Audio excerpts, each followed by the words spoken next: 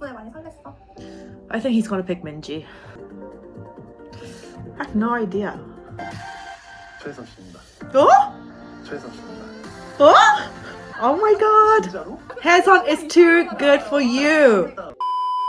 Hi you guys, my name is Anna and this is the final review for Singles Inferno Season 3. I just finished watching the last 2 episodes, so obviously I know the ending and what happened, but I'll try to recap everything in these last 2 episodes for the last time. So let's get into it. So Cutie and Minyoung are sitting in their rooms and she's talking about who she's gonna choose, and Cutie thinks that Shion is going to pick Gwanhee. She has completely missed the mark, she's got it wrong. And Minyoung's like, I'm not actually too sure about that. I think she might pick Minwoo. And then later on, as the whole group are on the beach taking pictures and stuff, Cutie, I think she's starting to realize they have something going on between them. Cutie even has to take the Polaroid picture for Minwoo and Shion looking very laughed up together. We have these cute little scenes of Jinseok and Minyoung. Every time they're together, he's teasing her like, oh, you are mean to me. She's like, hey, don't be like that. She's being all cutesy and stuff. I don't know if we felt that their relationship progressed. We didn't see enough of their relationship getting stronger or anything. But anytime they were together, they were just kind of bantering and bickering, but having fun and teasing. So it was kind of cute to see. But honestly, I just don't know how strong their feelings are for each other. Jinseok and Minyoung's Polaroid picture on the beach, it looks so awkward. They're not touching at all. He's like stood quite far away from her and I was like,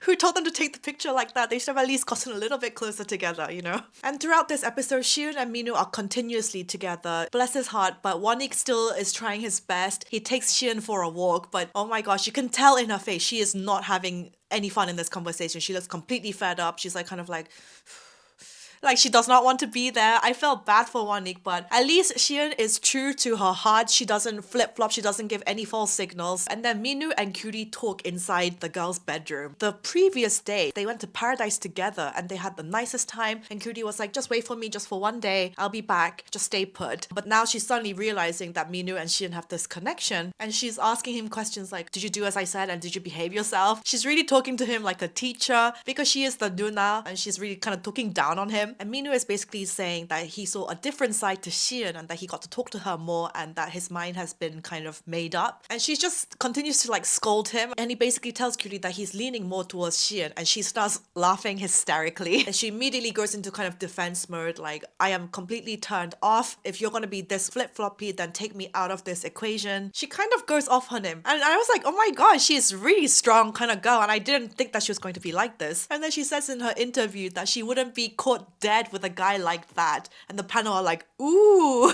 Dex says like, oh, but that was kind of disrespectful of her. She shouldn't be talking about him like that in her interview or whatever. But they all kind of agreed that maybe this is for the best. Now him and Shion can just be together and Cutie, she doesn't want anything to do with Minwoo. So yeah, this actually kind of did turn out for the best. While this is happening, Shion comes back from her talk with Gwanhee and she knows that those two are talking in the room. She goes into her room and kind of starts crying because she feels frustrated about the lack of time that she has with Minwoo. And then she ends up going to Jinseok and Minyoung's room for advice. She's like, what should I do? What should I do? And Jinseok, being the lovely man that he is, he tells her, you should just be selfish today and just do as you want to do because you don't have much time. He was like, I'll come out and like help you do it. Jinseok is so supportive. He's such a good friend and a guy. Anyway, so they go outside and then Shion's like, okay, I'm gonna wait for 5 more minutes and then I'm gonna go in. And she's like, hey, are you guys done talking? Can I talk to Minwoo now? And then Cutie's like looking up at her and she's like, no, you can't.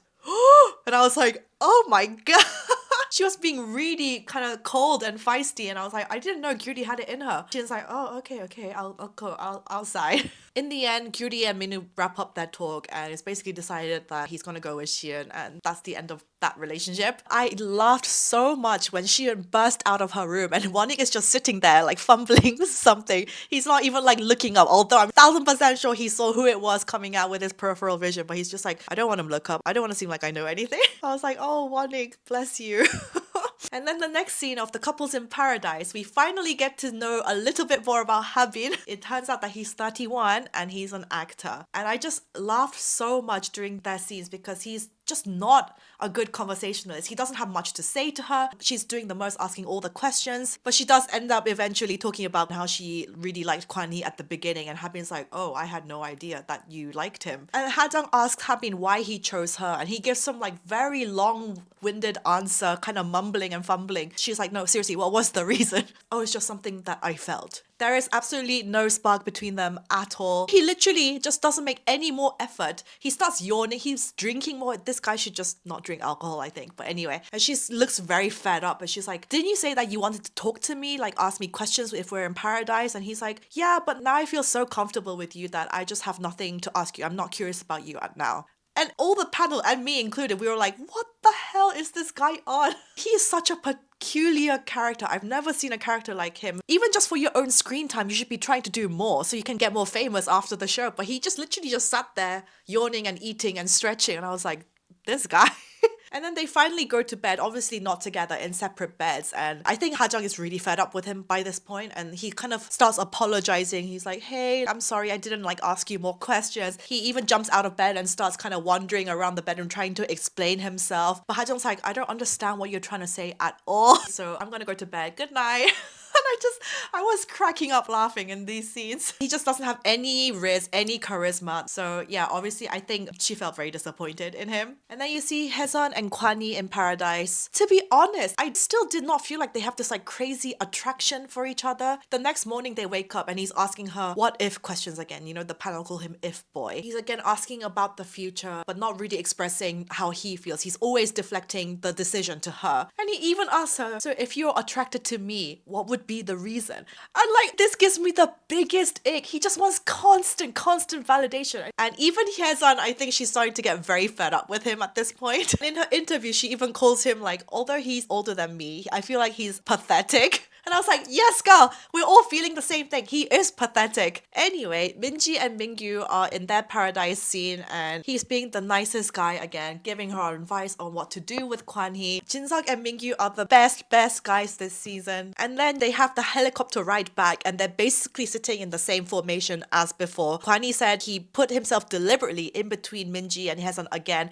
just to test out how he feels. Minji is again trying to look him in the eyes, trying to lean on Gwanhee's shoulder, and then Gwanhee's like, hey, don't talk to me. Go lean on Mingyu's shoulder. But she keeps doing the most, still trying to flirt with Gwanhee, and I was simply amazed at her persistence. You gotta give the girl credit, like she works really hard. She went the extra mile to show that she really liked him. So like I said, I was amazed at Minji. So they all come back and Hadang is giving her review of the night and she's telling the girls like, I was really disappointed in Habin and she wishes that she had picked someone else to go to paradise. And then you see a shot of Habin telling the boys like, oh, it went really well. We had a really nice chat. And I was just like, this guy is clueless. He has no idea. And Minu is saying that he is done with Gyuri. He's fully much into Shein. And then you see Mingyu sitting there with a smile being like, yes, this is my chance. And then the other girls are talking and Minji is listening to Haesun's date and she realizes that they went to the hot tub even when she asked him not to do that. And she says in her interview that after this night, she realized her feelings for Gwanhee much more because she got very jealous over Haesun. And then the boys are having their chat and Mingyu is saying to Gwanhee that Minji really likes you. He's basically giving him reassurance that for us, it was just like a sibling vibe, nothing happened. And he also finds out from Mingyu that Minji cried in the helicopter because he said he didn't know what was going on at the time. And so the panel are like, oh, he's gonna be swayed by the fact that Minji cried for him. Episode 11 is everyone's final day in Inferno and Gwanhee says in the morning like, oh my god, I'm just not gonna approach anyone first today.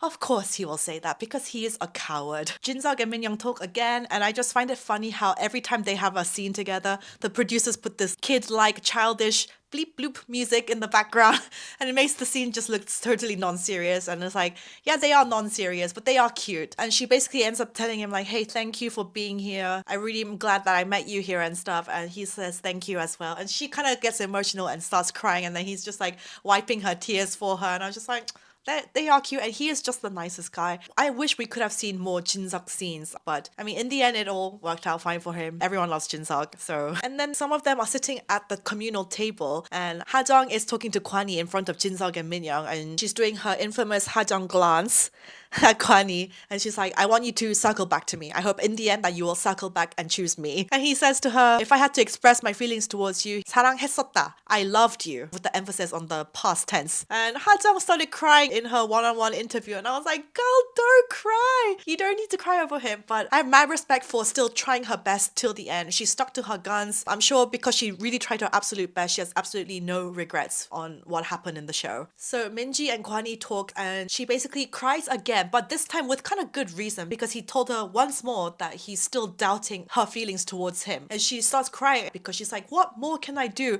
I even gave you the note. I made it super clear that I like you and you're still doubting my feelings. He ended up apologizing because he was like, hey, okay, I feel bad. Please stop crying. And he also tells her that in the helicopter, he found himself leaning more towards her. And he asked her another if question. If we were to go outside of this island and go together, would we be a couple? And she's like, yes, we would be a couple. So him once again deflecting the decision and leaving it up to the girl to decide. To be honest, I really think Minji has done the most, as in made the most efforts to win him over. And if that's what he wanted in a girl, then he should just pick Minji. This is what I was thinking at this point. And then you see a shot of Mingu and Curie talking just by themselves, and he was like, hey, but every time I went to paradise with another girl, I really wish that you were here. I constantly thought of you. And she's like smiling. And Mingu is just the nicest guy. To be honest, I can't really see that their relationship had any like progression, because obviously she was into Minu for a while as well. I've kind of felt like towards the end she picked Mingyu because he was like the only available one left, I guess. I wish Mingyu would have had more screen time and a much nicer time in there. He is such a decent guy. So Haesun is in the room sitting with everybody, and Gwanhee kind of comes and looks at the window, and she goes outside to talk to him, and then he's like, so do you have something to say to me? And then Shinseok's like, what the hell? Like, you should be the one to say stuff. And we were like, yes, Gwanhee, you should be the one to bloody talk. And not always asking the girls like, hey, so what do you want to say to me? I just can't with this man. I get so annoyed at him. And Hadang is actually very considerate. She sees that they have nowhere to go and talk. So she's like, okay, oh, guys, you can talk here. I will leave. And I was just like, she's so mature and she knows when to back away. So Haesun and Gwanhee are talking, and he says Minji was the most straightforward girl with him. And Haesun is looking at him like, what? You can see her expression start to change, because before she was kind of smiling, but when he starts saying the stuff, she's just like, what? Because she's always told him whenever he asked her, like, I really like you, I'm gonna pick you, I like you the best out of everybody. She can't have been more clearer. So she's staring at him with this stone cold face, and there's like a huge silence, and then she finally says, if you still feel like this after all our time spent together in paradise, then you should just go with Minji. I don't care, I have more worth than this, and if you're still confused, then I am so done trying. And I was like, as she should. Like, what more does he want from her? He has given nothing to these girls, but he's always asking them to do more validation. And then because she's kind of going off on him, he's like, don't be mad. And she ends up saying, oh, I'm sorry. Girl, you have nothing to apologize to him for. And then he also gets into defensive mode. He was like, Hadong got really mad at me too, and then she told me off too. Maybe I'm the problem. And it's like, do you think? I really want to know Gwanhee's thoughts as he's watching this back. Does he genuinely have no idea that he was acting and talking like this? Or does he really think that everything he did was okay? I'm so curious. So it's the final night on the campfire, and because it's the final night, they all reveal their ages and what they do. Everyone is shocked at Minu being born in 2000. And can you believe that Gwanhee is 12 years older than Minu? Can you believe 12 years older? And he acts like that. Anyway, Mingyu asks Gwanhee if he's made up his mind, and he says no. And Curie is like, why haven't you decided? She made me laugh. And you can see both girls, Minji and Haesun, not looking happy. And then they're all kind of saying their final thoughts about being on the show. And Haesun is making her final speech, and she's feeling grateful that she met everyone and she's had this experience, and she kind of starts crying. And even Gwanhee starts crying. And then again, Curie goes off on him. She's like, why are you crying? And then Jinseok leans over. He's like, babe, don't cry.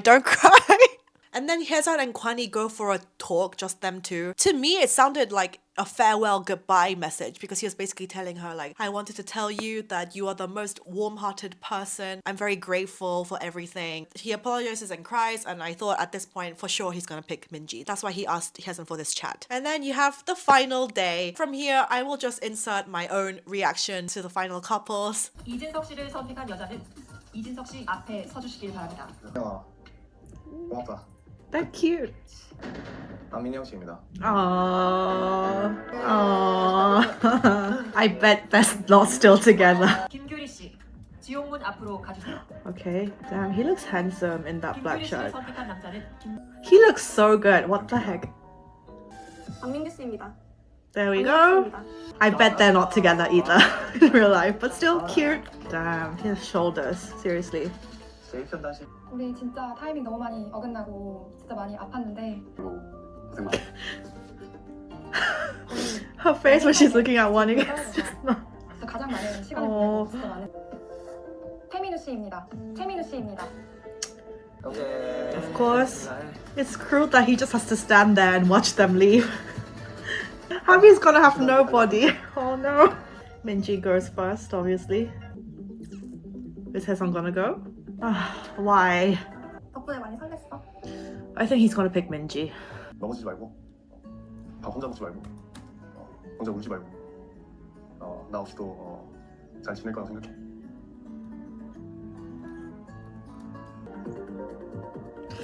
I have no idea. 제가 지옥도에 함께 나가고 싶은 사람은 Just go with Minji. 최혜선 씨입니다. Oh? 최혜선 씨입니다. Oh? Oh my god, is Minji gonna cry? Oh my god! 진짜 맞아 있다니까. 눈물로 미안하다 Oh my god, Minji's gonna die. Oh no! Haesun is too good for you! Oh my god, Minji's face! She's like, I can't believe it. I'm sure she feels so played. Oh my god.